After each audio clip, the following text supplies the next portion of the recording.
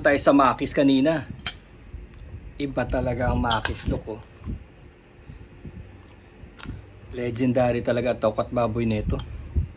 Hindi na ako kumain doon kasi mag-isa lang ako, tsaka kulang na pala yung pera ko nung kumain pala kami ni Warren kanina sa So bumili lang ako ng isa, pero nakita ko meron silang spaghetti, meron silang hamburger, meron silang cheeseburger, hot dogs, and meron silang mga ulam. So pwede talaga mag-feast doon. Pero syempre, ang trademark talaga ng Makis para sa akin is tokat baboy. Legendary. Ganun pa rin, walang pabago.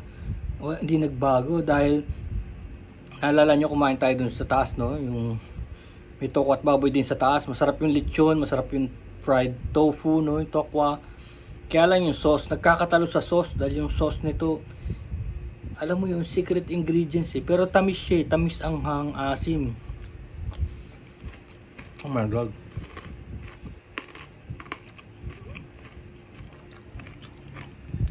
Narinig nyo. Bawat nga ako, nag-crunchy.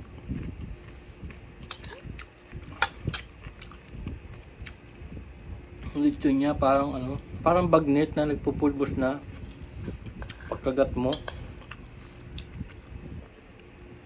Legendary talaga to. Ibang klase. Ano pa ba kinakain namin dito? Dinuguan. Meron silang dinuguan. Partner dito. Tsaka puto. Pero kanina parang nakita ko yung spaghetti rin. Yung spaghetti. Tignan natin kasi balak ka sana ng tropa kasi sa sa Boyong's Friday. Pero baka may segue ko rito.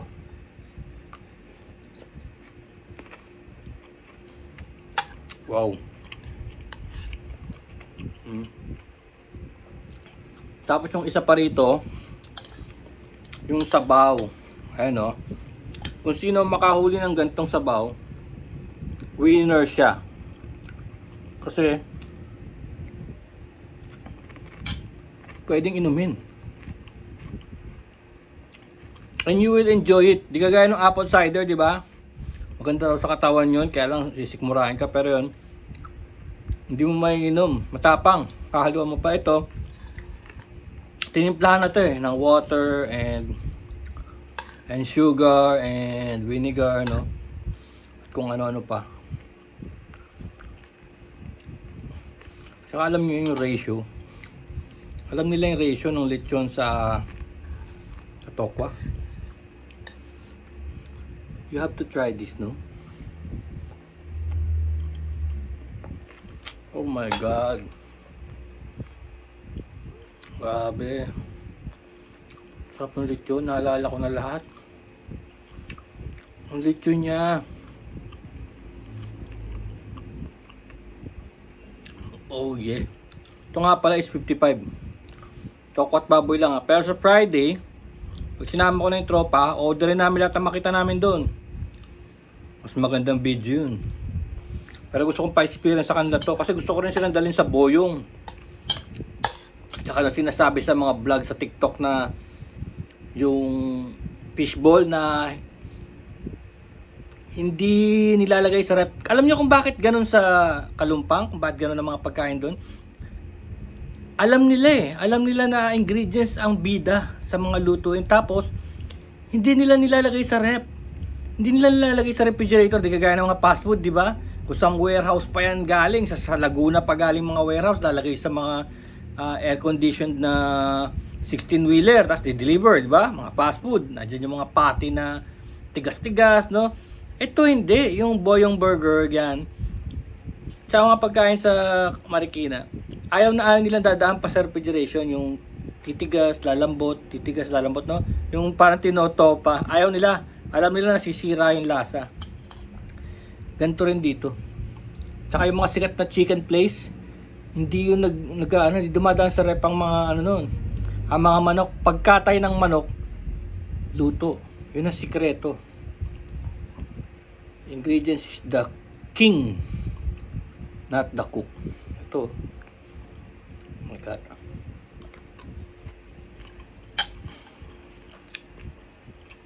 Oh no. Hmm.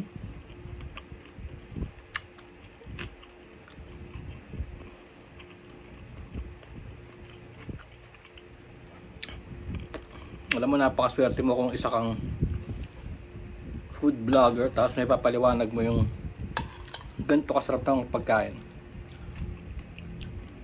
Salamat na lang sa Makis at di sila nagbago for over many decades. Tapos ang nangyari sa kanila, alam nyo na, nag-franchise, nagtangka na namang mag-franchise. Hindi ko alam kung kamag-anak nila yun o hindi. It's not the same. It's not the same. Kaya hindi totoo yung sasabihin mong pangalan, ganun, pangalan. Hindi totoo. Ang panglasa ng talagang Pilipino o taster, hindi mo maloloko talaga. Kahit yung mga paborito kong Goto place na nag-expand sila, Goto Bob, kinuha yung franchise, hindi parehas talaga eh. Kaya yung mga fast food na McDonald's and Jollibee, or Greenwich, or kung ano man, Chowking, hindi sila na nasisira kasi sumusunod sa standards lahat ng branches, no? Kailangan yung serving sa branch na to, ganoon din sa serving sa kabila, di ba? Hindi yung dito konti, doon marami, dito luma, dito bago, hindi pwedeng ganoon.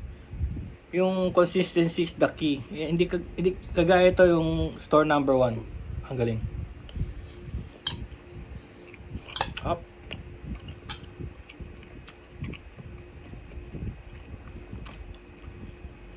Siguro, I may say lang, yung sauce may pineapple. Baka ang ito, suka nito is galing sa pineapple. Grabe, no? Sana matikman nyo. Makis to sa Kalumpang bago mag Our Lady of the Abandoned Church. Bago. Nasa kaliwa.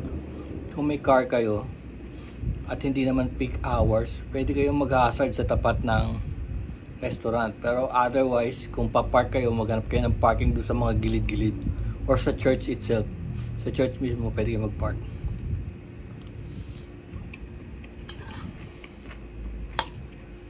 Ayun ako.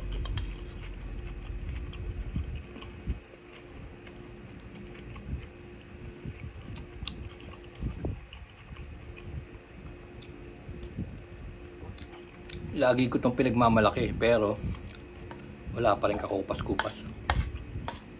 Wala pa rin kakupas-kupas. Makis.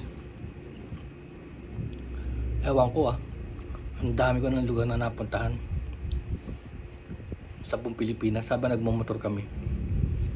May mga lugar talaga na walang tatalo talaga sa kanila. Wala talaga.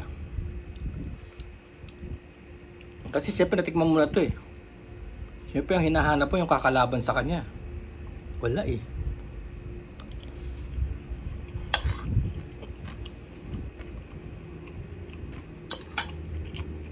Sarap talaga.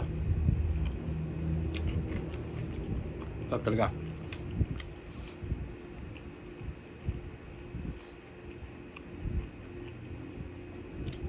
Either Thursday or Friday. Yun. Kabalik kami ron. With the gang.